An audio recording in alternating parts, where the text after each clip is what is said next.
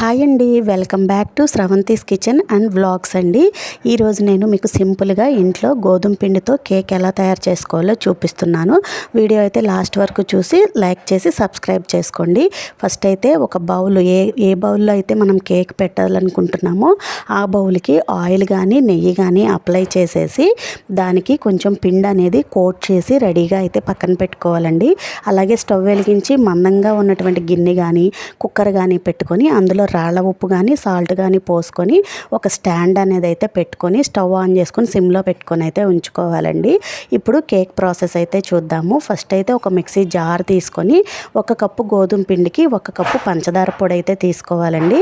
1 cup పంచదారని తీసుకొని mixie పట్టుకొని ఇప్పుడు ఒక స్ట్రైనర్ తీసుకొని అందులో అయితే మనం మిక్సీ చేసుకున్నటువంటి పంచదార పొడి, 1 కప్పు గోధుమ పిండి, అలాగే బేకింగ్ పౌడర్ అండి. ఇది బేకింగ్ పౌడర్ వచ్చేసి ఒక 1/2 స్పూన్ దాకా అయితే వేసుకోవాలి. దీనివల్ల మన కేక్ అనేది మంచి ఫ్లఫీగా అయితే వస్తుందండి. అండ్ అలాగే బేకింగ్ సోడా ఉంటుంది కదండి, మనం కూరగాయలను ఉడికించడానికి వేస్తాము, అది కూడా ఒక 1/2 స్పూన్ వేసుకొని మంచిగా అయితే జల్లెడైతే పట్టుకోవాలండి. జల్లెడ పట్టుకుంటేనే మన కేక్ అనేది ఫ్లఫీగా వస్తుందండి. సో ఇదంతా జల్లిచ్చేసుకొని ఈ పంచదార పొడి అలాగే గోధుమ పిండి 2 మిక్స్ అయ్యేలాగా మంచిగా అయితే మిక్స్ చేసుకొని పక్కనైతే పెట్టేసుకోవాలండి. తర్వాత అదే మిక్సీ జార్లో 3 కోడిగుడ్లను అయితే తీసుకుంటున్నాను. 1 కప్పు గోధుమ పిండికి 3 కోడిగుడ్లు అయితే చాలా బాగా వస్తుందండి. 2 అయినా తీసుకోవచ్చు.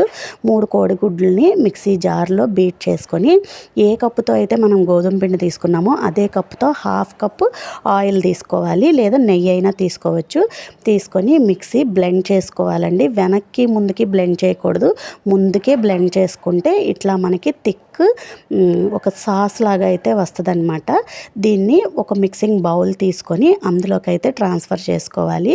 కొంచెం పాలండి, ఒక టీ గ్లాస్ పాలు అయితే పడతాయి, వేసి మిక్సీ జార్ అంతా శుభ్రంగా మనం క్లీనప్ చేసుకొని అది కూడా అందులో అయితే పోసేసుకోవాలి. దీన్ని మంచిగా మిక్స్ చేసేసుకొని ఇప్పుడు ఇది ఒక విస్కర్ అండి, ఇది అందరిళ్ళల్లో ఉండే ఉంటుంది మేబీ. సో ఇలాంటి విస్కర్ తీసుకోవాలి. ఇది లేకపోతే మీరు ఏదైనా గట్టిగా ఉండేటువంటి ఒక చిన్న గరిటె లాంటిది అయితే తీసుకోవచ్చు. సో ఇప్పుడు మనం ముందుగా కలిపి పెట్టుకున్నటువంటి పిండి ఏదైతే ఉందో, పిండి పంచదార మిశ్రమం, అది ఒక చేత్తో పోస్తూ ఒక చేత్తో మనం ఇది కలుపుతూ ఉండాలండి. మొత్తం ఒకేసారి పోసేసుకొని కలపకూడదనమాట. ఒకే డైరెక్షన్లో కలపాలి, ముందుకి వెనక్కి కలపకూడదు. ఒకటే డైరెక్షన్, మనం ముందు ఎటైతే కలుపుతున్నామో అటే కలపాలి. మళ్ళీ దాన్ని తిప్పి ఆపోజిట్ డైరెక్షన్లో అయితే కలపకూడదు. కేక్ అయితే మొత్తం ఫ్లాప్ అయిపోతుంది. ఒకటే డైరెక్షన్లో కలపాలి. అలా మిక్స్ అయిన తర్వాత మనం ముందుగా కట్ చేసుకున్నటువంటి డ్రై ఫ్రూట్ ముక్కలు అన్నీ వేసి మంచిగా మిక్స్ చేసుకోవాలి. ఇదిగోండి ఇలా అయితే ఉండాలి, మరీ పలచగా ఉండకూడదు, అలానే మరీ గట్టిగా అయితే ఉండకూడదు.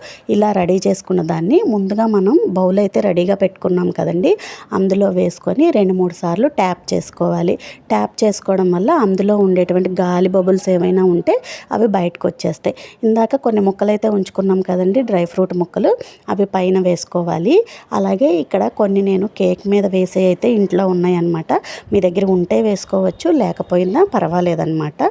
సో ఇవన్నీ కూడా వేసేసుకొని ఆల్రెడీ మనం స్టీమర్కి అయితే పెట్టుకున్నాం కదండి స్టవ్ మీద, అది మూత తీసి ఈ గిన్నెనైతే అందులో పెట్టుకొని మూత పెట్టి మ్యాక్సిమం ఒక 45 మినిట్స్ అయితే చిన్న మంట మీద అయితే ఉడికించుకోవాలండి.